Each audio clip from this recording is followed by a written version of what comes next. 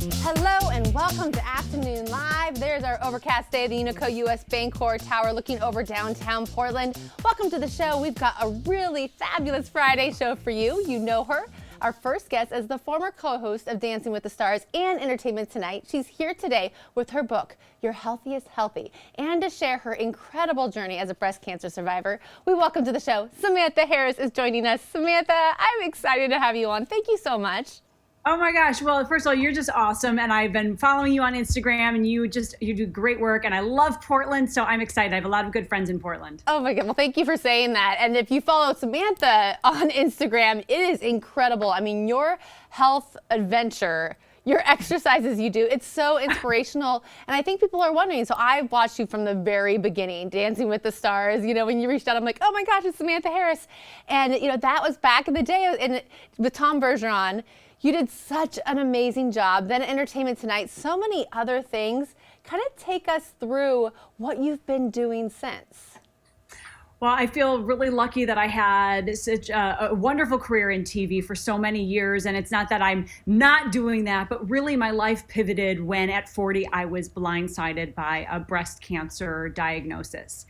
And Kara, my girls were just 3 and 6 at the time. I had lost my dad to colon cancer when he was only 50. So when I sat across from my oncologist to learn that I had breast cancer, my whole world was shaken. And in a way that I didn't realize, and actually really didn't truly realize until a few years afterwards. Once I was able to get through the recovery, become cancer-free, and begin to live my healthiest healthy life, did I realize that my career also needed to pivot. Yeah, I mean, that your story, I had heard, you know, you had a mammogram and it was just 11 days later that you discovered a lump. It's such an incredible thing that at the time shocked me, and I've come to realize in speaking with hundreds of thousands of women through whether it's my speaking events or social media, other cancer survivors, but many women who also had a clear mammogram and then found a lump later themselves. Now, I want to say I'm a national ambassador for Susan G. Komen, and I have come to learn so much from the incredible work that they do. So 1 in 8 women will be diagnosed over the course of her lifetime with invasive breast cancer. And the craziest part is that only 5 to 10% of those cancers are actually genetic. And so that really gave me a lot of pause because my dad had cancer. So I figured, okay, there must be a genetic link, but there was none. And so first and foremost, we have to be our own best health advocate. I had that clear mammogram. 11 days later, I'm changing after a workout. I feel a lump and I think, okay, it can't be cancer, but let's go see what it is. My OBGYN did a quick exam a couple days later, said it was nothing, sent me on my way. And a month later, it was still there. So I said, okay, I need a second opinion, but it's not cancer. So I went to see my internist. And Kara, he said the same thing. It's nothing. And it wasn't until 4 months later when I really, truly quieted myself down enough and engaged in the stillness and silence that I could hear the whisper of my intuition and hear that nagging in my gut. And I finally went to see a surgical oncologist, not for 1 minute thinking I had cancer, but wanted to make sure that I went to an expert who looked at breasts every day as her specialty. And that's when, after a battery of tests and a lumpectomy, we finally found out that I had invasive breast cancer. Wow. I mean, such a scary story. And you hear that because you're 40 and you're the epitome of health and everything looks perfect. And you already had all these tests. I mean, it's truly scary that then the results and that what you were feeling for so long was what you had thought. Well, and that's the thing. And I'm so grateful that through those 4 months, I wasn't living in a state of anxiety or worry that I had cancer because I really didn't. All these experts said I didn't have cancer, so I must not have cancer. And look, most of the time when women find a lump, it is truly nothing. It might be glandular, it might be some other benign cyst, but it can be breast cancer. So the one thing that I've learned through this journey that I talk about all the time through my keynote speeches, through Instagram, through wherever I can talk to anyone who's willing to listen to me, is to be your own best health advocate, to listen to your gut. And part of that ability to listen to ourselves is to take care of ourselves. And as women, especially as working women or women who are juggling family and career, we tend to put ourselves last on the to-do list. And because of that, we feel that self-care is selfish, but it's really selfless. And I want to encourage everyone to make sure you're taking that time to eat healthfully, to move your body every day, because if we're not doing that and we're not taking care of ourselves, we won't be able to listen to that inner voice and take care of our best health. You talk about nutrition, you talk about exercise. When you got that diagnosis, I'm sure you're looking at yourself like, well, how did this happen to me? What was I intaking? What was, everyone always wants the solution of figuring out, but was there something or things that you have changed from your past that you were like, wow, I never realized that this is in these foods, or that me doing this was not the best decision, whether or not that led to cancer or not, but just things that you changed in your life ultimately?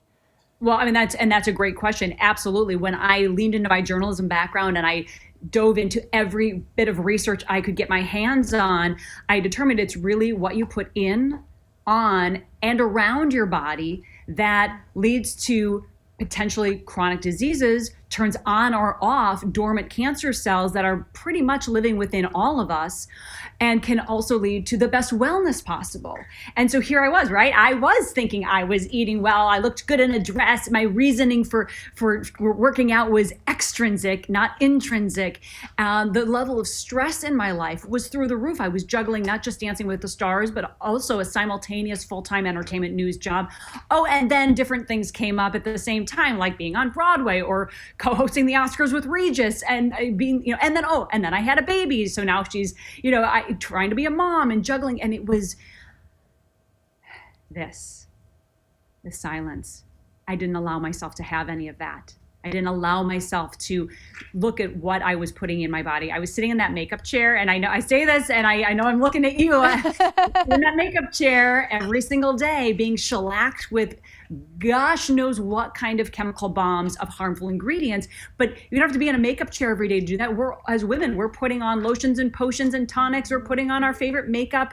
And unless you are empowering yourself to understand what's in those ingredients, as you're bathing your child, is the shampoo you're using, is it a tear-free formula? Well, maybe it's tear-free because it has some really harsh and harmful chemicals. And then I'm not saying that's the one thing. There are many, many, many chemicals.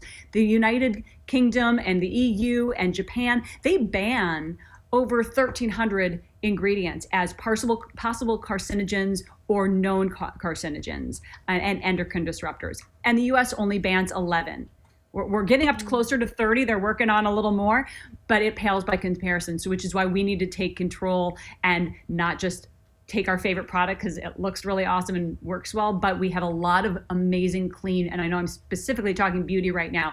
We have a lot of really great beauty products that work well, that hold up, that do the job, and that don't cause harm. Everything on my face right now, except for my mascara, is clean. Like a 90-10 rule. We got to have the 90-10 rule. Oh, I was going to say probably nothing on my face. Okay, I have to show this before we go, your family picture, because so sweet. And look at those girls growing up. How has this changed how you've even parented? Well, really just making sure that they're moving, especially during quarantine, right? We're in LA, so we have been really locked down. So really making sure that every moment counts, that they are moving their bodies, that they are putting as many veggies into their bodies as they can, whether they're complaining or not, and finding new ways to nourish them. And, all these types of tips, whether it's how to move your body or how to get more sleep or stress less or, really engage in a more whole foods, plant-based diet, I am so happy to share because I just launched a brand new wellness community. Can I tell you about it? We have a second left? Yes, go for it.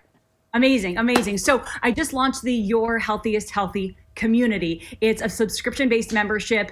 You guys can find out more information about it at yourhealthiesthealthy.com. But on it every week, I lead you through live coaching on a variety of topics, live weekly workouts with me. We have so much fun in the community. We do occasional live, just like weekend Google Meet hangouts, live Q&A. And then every week I bring in a special curated expert guest or celebrity guest. I mean, obviously my whole career in TV was with celebrities. So celebrity guests, but a lot of guest experts in a variety of wellness professions that we do also a great live interview with, and it's super fun. And so I invite you guys to become members. It is empowering and engaging and wonderful in a way to take care of your best health and become your healthiest healthy. Yes, and of course your book, Your Healthiest Healthy. Samantha, thank you so much for joining us. Thank you. It's been really nice being here, and I hope to see you again very soon. Yes, pleasure talking to you. And we'll have more information about Samantha and her book and a link to her website on our website at KATU.com as well. Don't go anywhere. Afternoon Live will be right back.